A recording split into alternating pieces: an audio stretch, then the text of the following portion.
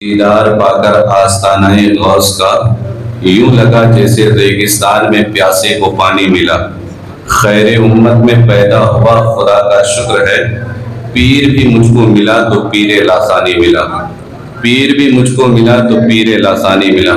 حضرات محترم، ایک شاعر کہتا ہے کہ ہم اپنے آپ کو جن کا فقیر کہتے ہیں، زمانے والے اسے پیران پیر کہتے ہیں۔ اس کی ذرا آواز سیٹ کرائیے اس کی۔ ہم اپنے آپ کو، اس کا بیس کم کروا دیجیے۔ ہم اپنے آپ کو جن کا فقیر کہتے ہیں، زمانے والے اسے پیران پیر کہتے ہیں۔ جلنے والے جل جل کے مرتے ہیں، کہنے والے غوث اعظم دستگیر کہتے ہیں۔ جلنے والے جل جل کے مرتے ہیں، کہنے والے غوث اعظم دستگیر کہتے ہیں۔ حضرات محترم، جیسا کہ آپ تمامی حضرات کو بخوبی معلوم ہے کہ آج آپ کے جامع مسجد میں حضور غوث اعظم کے نام سے اس پروگرام کو منسوخ کیا گیا ہے، جس میں خصوصی خطاب فرمانے کے لیے خطیب اعظم ہندوستان، ترجمان اہل سنت، ناصر مسلک اعلیٰ حضرت العلامہ حضرت علامہ و مولانا مفتی خواجہ جعفر العابدین صاحب قبلہ ورنگل سے تشریف لے کر کے آ رہے ہیں۔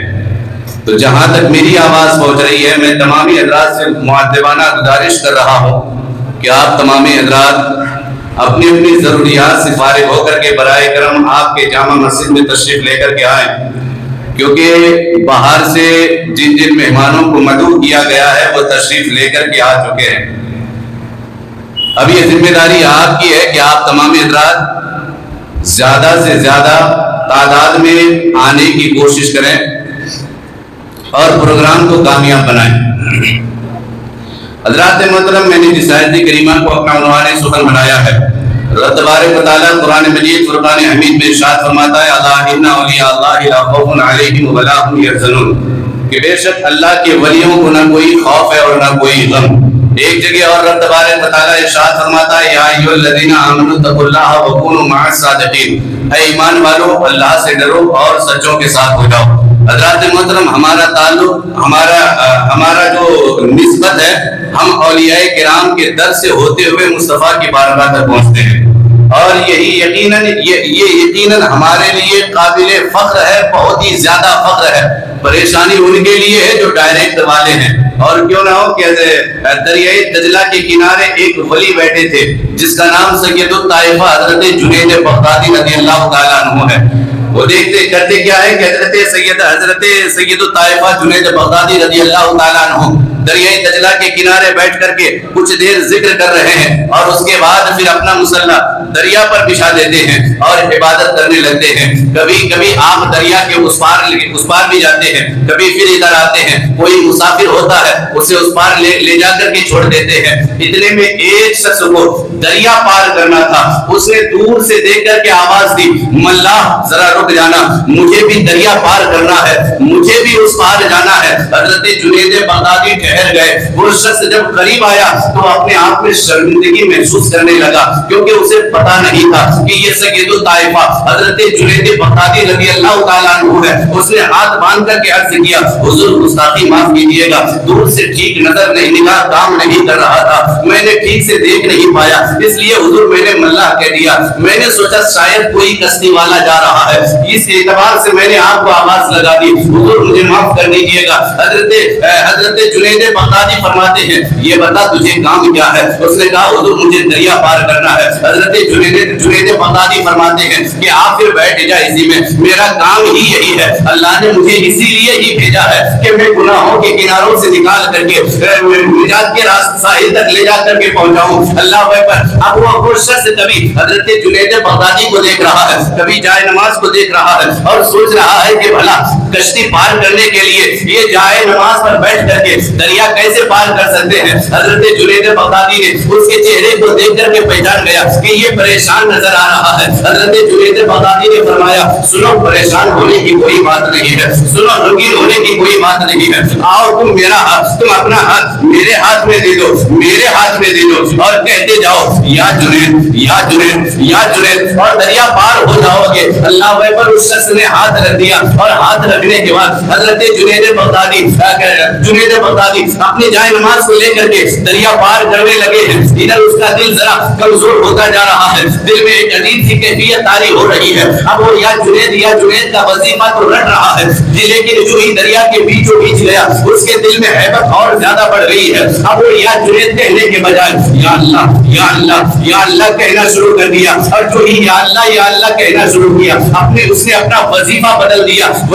وہ جائے نماز دریا کے نیچے جانے لگا۔ حضرت جنید بغدادی نے اس کا ہاتھ پکڑ کر کے کہنے لگا نادان یہ کیا کر رہا ہے؟ تو ابھی تو جنید بغدادی تک نہیں پہنچا ہے، اللہ تک کیسے پہنچ گیا ہے؟ اللہ اکبر۔ اب ذرا یہاں سے یہ پیغام لے لے، اب یہاں سے یہ قرض لے کر کے جائے جو یہ کہتے ہیں یار ہم تو اللہ سے مانگتے ہیں، ہم تو یہ کہتے ہیں کہ جو کچھ مانگنا ہے وہ اللہ سے مانگو، لیکن آؤ ذرا سنو تو سنو، ہم اللہ پہ ہمارا ایمان ہی ہے، ہم تو اللہ ہی سے مانگتے ہیں، لیکن وسیلہ کبھی غوث اعظم کا لگاتے ہیں، وسیلہ کبھی خواجہ غریب نواز کا لگاتے ہیں، وسیلہ کبھی ہم بزرگان دین کا لگاتے ہیں، اور اس لیے لگاتے ہیں کہ کہیں ہم ڈوب نہ جائے۔ ہمارا اعمال تو اس قابل نہیں کہ ہم اللہ کی بارگاہ میں ڈائریکٹ مانگے، ہماری نیکیاں تو اس قابل نہیں کہ ہم اللہ سے دست دعا ہو سکے، اس لیے ہم ان بزرگوں کا وسیلہ لے کر کے اللہ سے دست دعا ہوتے ہیں اور مانگتے ہیں مولا ہماری پریشانیاں دور فرما، اللہ ہمارے گھر میں برکتیں دے، اللہ حضور غوث اعظم کے صدقے سے ہماری زندگی سے پریشانیاں دور عطا فرما۔ اور کیوں نہ ہو اس لیے کہ حضور غوث اعظم رضی اللہ تعالیٰ عنہ کی محفل میں بیٹھنے والوں سنو، حضور غوث اعظم کی بارگاہ میں ایک حضور غوث اعظم کے علاقے سے بغداد شریف کے قریب سے ایک ایکٹریس جو ایکٹنگ کا کام کیا کرتی تھی اور وہ ایکٹنگ کا کام کر کے اس نے بڑی شہرتیں حاصل کی، بڑا نام کمایا، بہت چرچے ہونے لگے، اس کے نوکر جا کر رہنے لگے، لیکن وہی ایکٹریس کہتی ہے کہ میں بہت بے چین رہتا تھا، لیکن میں بغداد سے ایک مرتبہ نکل رہی تھی، میرا قافلہ جا رہا تھا، میں گاڑی پہ بیٹھی ہوئی تھی، میری نگاہ اچانک ایک گنبد پہ پڑی، تو میں نے اپنی گاڑی رکا کر کے اپنے سیکیورٹی سے پوچھا یہ بتاؤ یہ کیا ہے؟ تو میرے سیکیورٹی نے کہا کہ یہ مسلمانوں کے بہت بڑے پیر ہے جسے غوث اعظم کہتے ہیں اور وہ ان کا مزار ہے، یہاں وہ لیٹے ہوئے ہیں،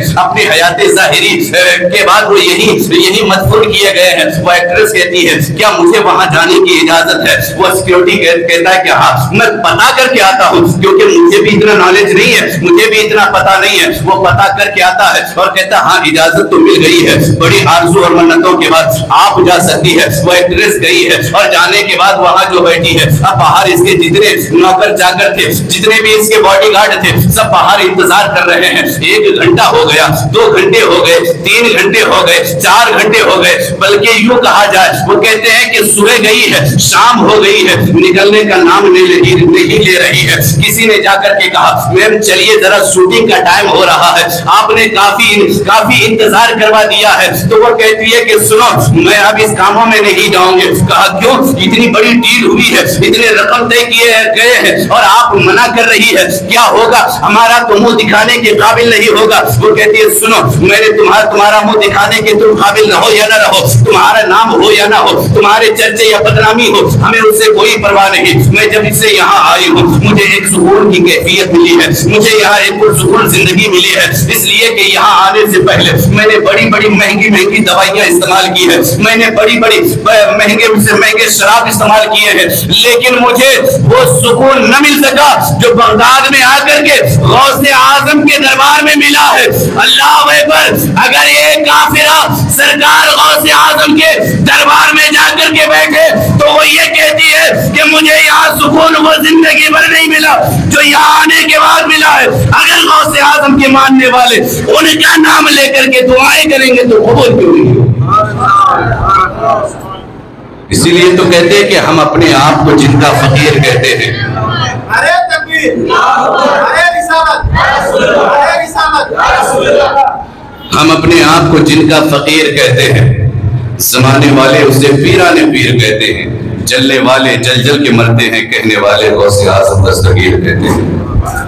اور ایک شاعر کہتا ہے کہ دل سے خیال گنبد خضرا نہ جائے گا، وہ لمحہ حاضری کا بھلایا نہ جائے گا، اور میں دے چکا ہوں غوث کے ہاتھوں میں اپنا ہاتھ، اب میں تو کیا میرا دوزخ میں میں تو کیا میرا سایہ بھی نہ جائے گا۔ ہمارا تعلق حضور غوث اعظم سے، اور ہم ایمان والے ہیں،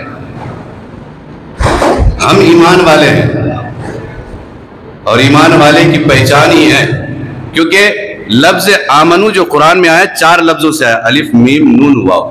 اس کو اگر ذرا اپنے علم کے حساب سے اگر ہم کر کے دیکھیں تفصیل سے، تو یہ الف یہی درس دے رہا ہے کہ اللہ کو مان، میم کہہ رہا ہے محمد الرسول اللہ کو مان لے، نون کہہ رہا ہے نبیوں کو مان لے، واو کہہ رہا ہے کہ ولی کو مان لے۔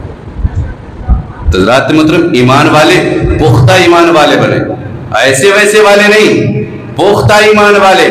اسی ملک ہندوستان میں ایک عیسائی کے گھر پر ایک مسلمان نوکری کیا کرتا تھا۔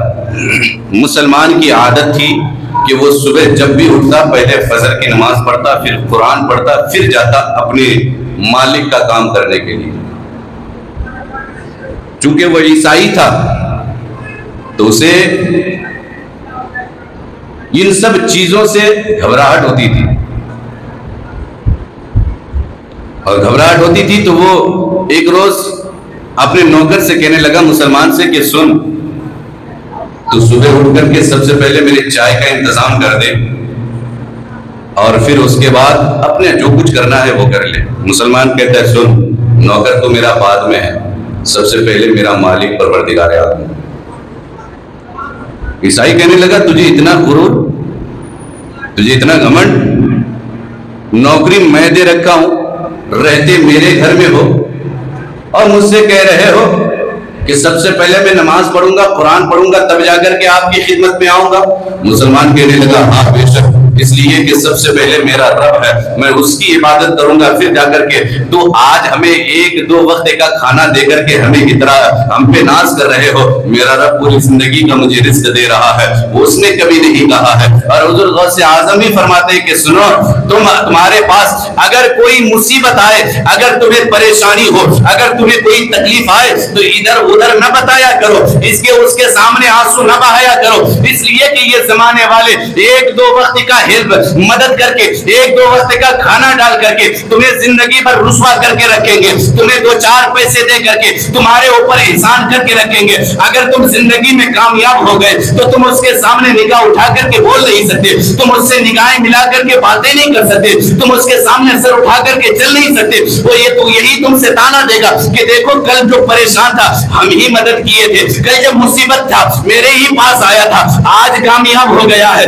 آج 2 پیسے آ گئے ہیں، دیکھو بندے میں کتنی اکڑ آ گئی ہے، کتنا غرور آ گیا ہے، کتنا تکبر آ گیا ہے۔ اس لیے حضور غوث اعظم فرماتے ہیں، سنو سنو، اگر مصیبتیں آئے تو لوگوں کے سامنے آنسو نہ بہایا کرو، خدا توفیق دے سجدے میں چلے جاؤ، اللہ سے مانگا کرو، رب ایسا کریم ہے، میرا رب ایسا رحیم ہے جو تمہاری مصیبتیں بھی دور کرے گا، تمہیں نواز بھی دے گا، اور زمانے میں رسوا بھی نہیں کرے گا، تو تمہیں رسوا بھی نہیں کرے گا۔ یہ حضور غوث اعظم درس دے رہے ہیں، اور حضور غوث اعظم کے صدقے توسل سے ہم سنیوں کا یہی عقیدہ کہ بے شک ہماری مصیبتیں دور کرنے والا میرا رب ہے۔ تو حضرات محترم، اس مسلمان نے کہا کہ سنو، تو 2 دن کا کیا نوکری میں رکھ دیا ہے، اور مجھے تو تانے دے رہا ہے، یہ رہی تیری نوکری، یہ رہی تیرے دیے ہوئے روم کی چابی، یہ تو رکھ لے اپنے پاس، مجھے تیری نوکری کی ضرورت نہیں ہے، مجھے تو سب سے پہلے میرا دین پیارا ہے،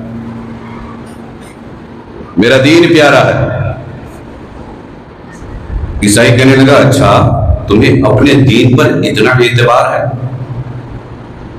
تمہیں اپنے دین پر اتنا یقین ہے؟ مسلمان کہنے لگا، بے شک، اس لیے کہ میرے رب نے کہا ہے، ان الدین عند اللہ الاسلام، بے شک رب کے نزدیک سب سے پسندیدہ دین دین اسلام۔ عیسائی کہنے لگا اچھا سنو، اگر تمہیں تمہارے رب پر، تمہارے ایمان پر اتنا یقین ہے تو پھر آؤ مباہلہ کیا جائے، ایک مناظرہ کیا جائے، دیکھتے ہیں تمہارا دین کتنا سچا ہے، دیکھتے ہیں تمہارا قرآن کتنا سچا ہے، تمہارا ایمان کتنا پختہ ہے۔ مسلمان کہنے لگا بتاؤ کیا مناظرہ؟ کہ دیکھو تم اسلام کے ماننے والے ہو، تمہاری کتاب قرآن ہے، ہم عیسائی ہیں، ہمارے پاس انجیل ہے، اور اب حالانکہ انجیل جس طریقے سے نازل ہوا اب وہ اس حالت پہ نہیں ہے، ان کے ماننے والوں نے اس کو الگ الگ مطلب کی چیزیں نکال دی، کچھ اپنی طرف سے بڑھا چڑھا کر کے اس میں کر دیا۔ تو عیسائی کہنے لگا سنو، مجھے میرے دین پر ناز ہے، تمہیں تمہارے دین پر ناز ہے، تو چلو جس قرآن کے لیے تم نوکری چھوڑ رہے ہو تو کہیں کیوں نہ ایسا کیا جائے کہ چلو تم بھی اسی قرآن کو آگ میں ڈالو، میں بھی اپنی کتاب انجیل کو آگ میں ڈالتا ہوں، اور دیکھتے ہیں کس کا سچا ہے کس کا جھوٹا ہے۔ جس کی کتاب بچ گئی اس کا دین سچا، جس کی کتاب چل گئی اس کا دین جھوٹا۔ مسلمان کہنے لگا بے شک مجھے تمہاری شرط منظور ہے، کیونکہ ایمان والے ہیں، ایمان والے ہیں، ایمان والے کبھی کبھی اپنے ایمان کا سودا نہیں کرتے ہیں۔ یہ تو اوروں کا طریقہ ہے جو صرف اور صرف نام کی ٹوپی اور داڑھی رکھ لیے ہیں، اس لیے اللہ نے اسے الگ ہی پہچان بنا دی ہے۔ وہ ہزاروں میں اگر ایک بھی آ جائے نا تو ہم سنی کا ایک چھوٹا بچہ دیکھ کر کے کہہ دے گا وہ دیکھو آ گیا ہے، اللہ اکبر، یہ اس کی پہچان ہے۔ خیر اس نے ایمان کی سودا نہیں کیا، اس نے کہا بے شک میرا ایمان مضبوط ہے، چلو تاریخ متعین کی جائے، جگہ متعین کیا جائے، اعلان کر دیا جائے۔ عیسائی نے تاریخ بھی متعین کر دی، جگہ بھی بتا دی، اور بتانے کے بعد اعلان بھی کر دیا۔ اب یہ خبر پورے ہندوستان میں پیٹرول کی طرح پھیلنے لگا، ہر گھر میں پہنچنے لگی کہ وہ دیکھو ایک عیسائی اور مسلمان کے درمیان مناظرہ ہونے جا رہا ہے،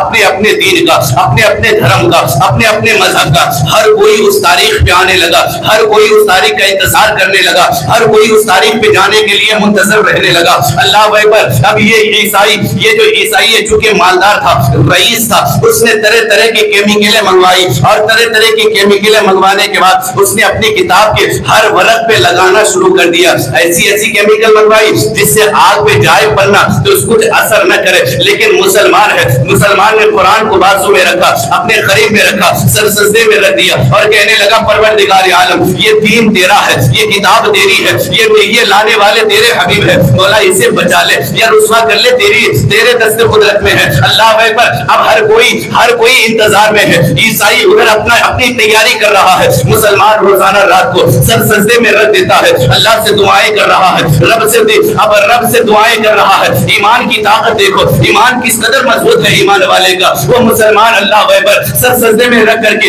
انتظار کر رہا ہے اور دعائیں کر رہا ہے۔ بہرکیف وہ دن آ ہی گیا، وہ تاریخ آ گئی، وہ وقت آ گیا، وہ جگہ پہنچے، اور پہنچنے کے بعد اب یہ مسلمان ہے اپنے سینے سے قرآن سٹا کر کے لیے ہے، وہ عیسائی اپنے سینے سے انجیل کو سٹا کر کے پہنچے ہیں ایک ہی جگہ پر، اور ایک ہی جگہ پہنچنے کے بعد آگ جلا دی گئی ہے، آگ دہک رہی ہے، لوگ دیکھ رہے ہیں، ہر کوئی یہ انتظار میں ہے کہ اب فیصلہ ہوگا، کون حق پر ہے، کون باطل پر ہے، کون سچ ہے، کون جھوٹا ہے۔ اللہ اکبر۔ مسلمان قریب میں جا کر کے کہنے لگتا ہے اے عیسائی یہ بتا کہ شروع سے لے کر کے اب تک تو ساری باتیں کہہ رہا تھا، میں نے ہر باتوں کو قبول کیا ہے، تو نے کہا مناظرہ کریں گے، میں نے قبول کیا، تو نے تاریخ دی، میں نے قبول کیا، تو نے جگہ بتائی، میں نے قبول کیا، تو نے وقت بتایا، میں نے قبول کیا، تو نے جیسا کہا میں نے قبول کیا، لیکن آج ایک شرط میری طرف سے ہوگی، میری طرف سے اسے آپ کو قبول کرنا پڑے گا۔ عیسائی کہنے لگا بتا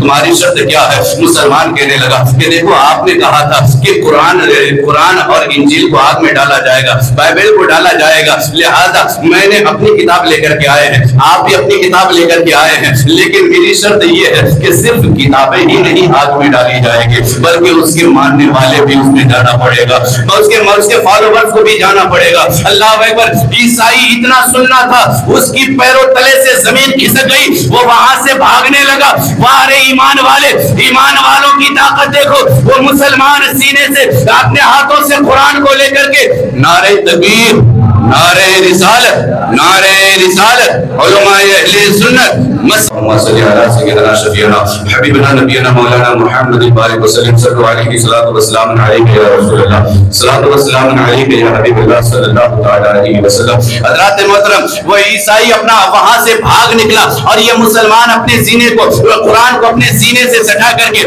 آگ میں جاتا ہے اور فضا میں قرآن کو لیے گئے گھوم رہا ہے اور آگ میں ٹہل رہا ہے، آگ اسے کچھ بھی نہ کر رہی ہے، گویا وہ زبان حال سے یہ کہہ رہا ہے نہ گھبراؤ مسلمانوں، خدا کی شان باقی ہے، ابھی اسلام زندہ ہے، ابھی قرآن باقی ہے۔ یہ ظالم کیا سمجھتے ہیں، یہ ظالم کیا سمجھتے ہیں جو آج ہم پہ ہنستے ہیں، ابھی تو کربلا کا آخری میدان باقی ہے۔ اللہ اکبر۔ اس لیے اے ایمان والو، اپنا ایمان اتنا مضبوط کرو، آج جو ہم پہ انگلیاں اٹھائی جا رہی ہے، آج جو ہمیں نشانہ بنایا جا رہا ہے، آج جو ہمیں جو ذلیل اور خوار کرنے کی کوشش کی جا رہی ہے، انہیں بتا دو ہم کسی ایسے ویسے کے ماننے والے نہیں ہیں۔ ہمارا لیڈر مدینے میں ہے، ہمارا لیڈر بغداد میں ہے، ہمارا لیڈر اجمیر میں ہے، جسے ہند الولی کہا جاتا ہے۔ حضرات محترم، اپنے ایمان کو مضبوط بنائیں، اپنے ایمان کو مضبوط جب بنائیں گے، ایمان میں اپنے دل میں نبی کی محبت بٹھائیں گے، جب اپنے دل میں اولیاء کرام کی محبت کو بٹھائیں گے تو پھر آج ہم در بدر کی جو ٹھوکریں کھا رہے ہیں یہ ہمیں نوبت نہیں آئے گی۔ ہم جو در بدر کی ٹھوکریں کھا رہے ہیں اس کی نوبت نہیں آئے گی۔ پھر آج ہماری جو مسجدیں ویران ہو رہی ہے اس کی نوبت نہیں آئے گی۔ مسجدیں ہم آباد کریں، ہم اپنے ایمان کو مضبوط کریں اور اللہ ہمیں توفیق دے تو ہم اولیاء کرام کے نام پر فاتحہیں بھی گھروں میں دلایا کریں۔ بزرگان دین کے نام گھروں میں لینے سے اللہ اس گھر میں برکت نازل فرماتا ہے۔ رب تبارک و تعالیٰ کی بارگاہ میں دعا ہے، مولا تبارک و تعالیٰ ہم سبوں کو اہدنا الصراط المستقیم پر چلنے کی توفیق و رفیق عطا فرما۔ الہ العالمین، میرے بولنے کے سننے میں کوئی غلطی یا خامی ہو، میں سچے دل سے توبہ کرتا ہوں، استغفر اللہ ربی من کل ذنب و اتوب الیہ۔ آپ بھی پڑھیں لا الہ الا اللہ محمد رسول اللہ وما علینا الا البلاغ۔ السلام علیکم ورحمۃ اللہ وبرکاتہ۔